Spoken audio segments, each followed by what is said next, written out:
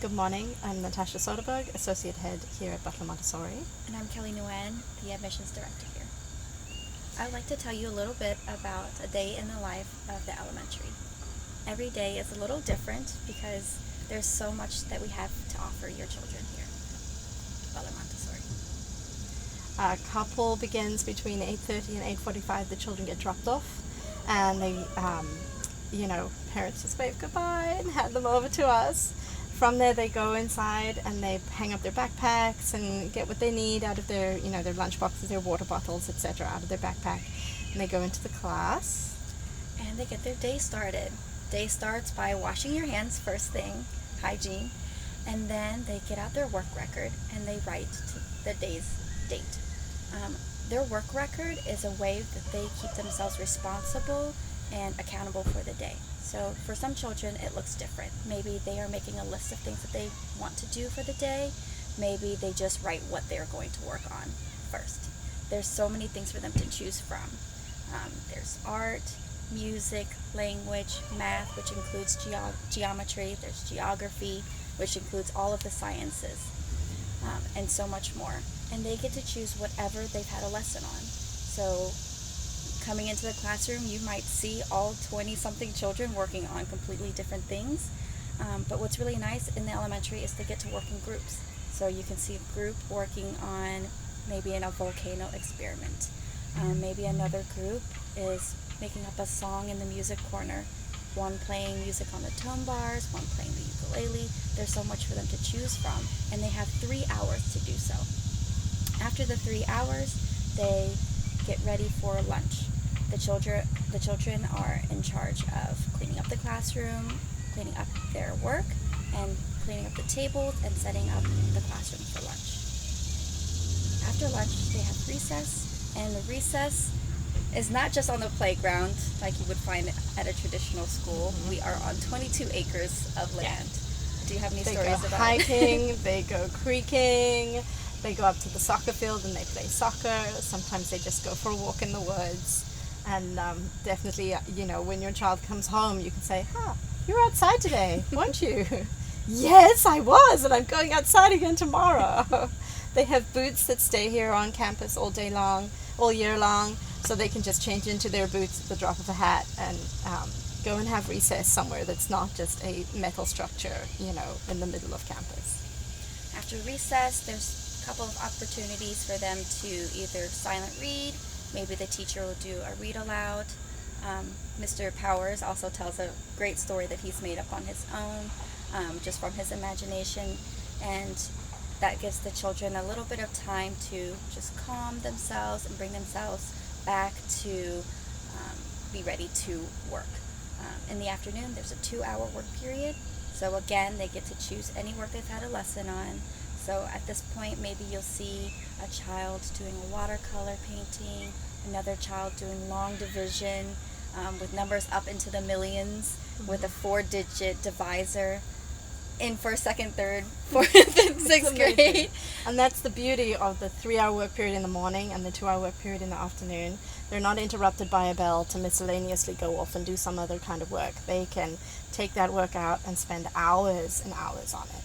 And am I right? They can leave it out if they don't finish it and come back to it the next day. They can. So they can go home and it's still brewing back there in their head, and they might come back in and dive in again, and maybe a friend would join them, and help them work through it. And during those 2 hours in the afternoon or the 3 hours in the morning, that's also the time that the guide is giving small group lessons that are student-centered, and she or he observes the classroom and plans lessons according to those small groups and for those children specifically. In the afternoon, there's also an opportunity for the children to have art and music rotations on one day, and then Spanish on another day. Music and art are split the class in half. One group goes to music, the other goes to art. They work on drumming, flutophones, rhythm, singing, dancing, so much more. And in art, they're not just doing arts and crafts, they're working on real life skills that they can apply later on in any project, and they end up doing multimedia projects by the end of the year. And in Spanish, Senor Castillo works with the children in small groups. She sings songs with them, and it's really fun, interactive way to learn Spanish. And there's some Spanish work in the classroom, so at any time during the week they can also go back to that she was working with them, take it off the shelf, and practice. So it's not just a once a week deal. Yeah. And then it's time to go home. Yeah. And carpool starts at 3:15 and until 3:30, and then we have extended day. Yeah. Tell us a little bit about community meeting, what that looks like. You have that once a week? It's as needed, really. Oh, okay. As needed. Depending on the classroom culture, usually there's a Monday meeting. Sometimes we have Monday meetings on Tuesdays. The children really get a kick out of that if we don't have school on Monday. But Miss Nguyen, it's Tuesday. But Monday meeting kind of gets the children prepared for the rest of the week. So we give them any important updates, what's any changes that's going on in the schedule, because for children it's really important for them to have consistency in the routine, and so they need to know if something's going to break that schedule for them. And then maybe we'll bring up something that that needs to be addressed, like maybe there are pencil shavings that are not being cleaned up, and the person who's in charge of cleaning up the pencil shavings is getting really tired of being the only person to clean up the pencil shavings.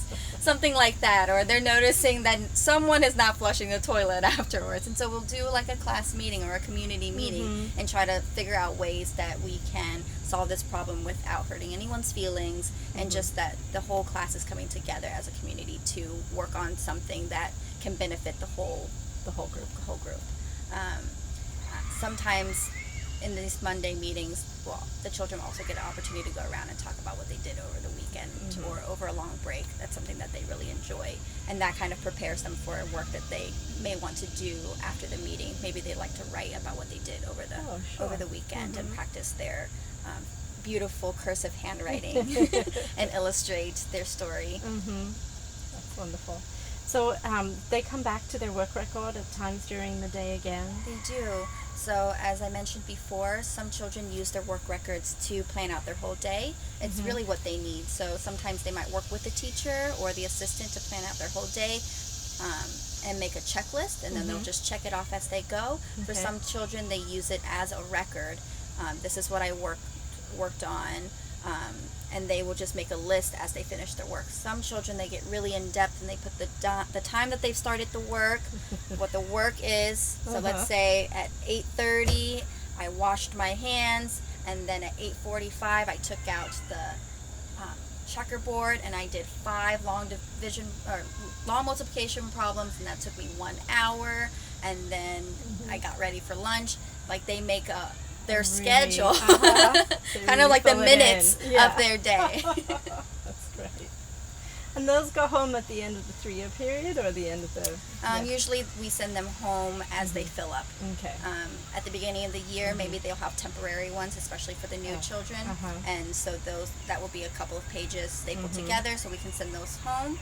And then they'll get a permanent one that they keep all year until they fill up. And from the parents' perspective, at the beginning, when they're in the first year, it's just the date and then a line, and then the date and a line, and maybe, maths, and then the date and the line, and maybe recess. And then later on, when they're in 3rd year and Emma just came home, it's this book of this incredible way that she spent her day. And that doesn't mean they're not doing anything in 1st year. It just means that's the only time they remember to put anything in the book. Yeah.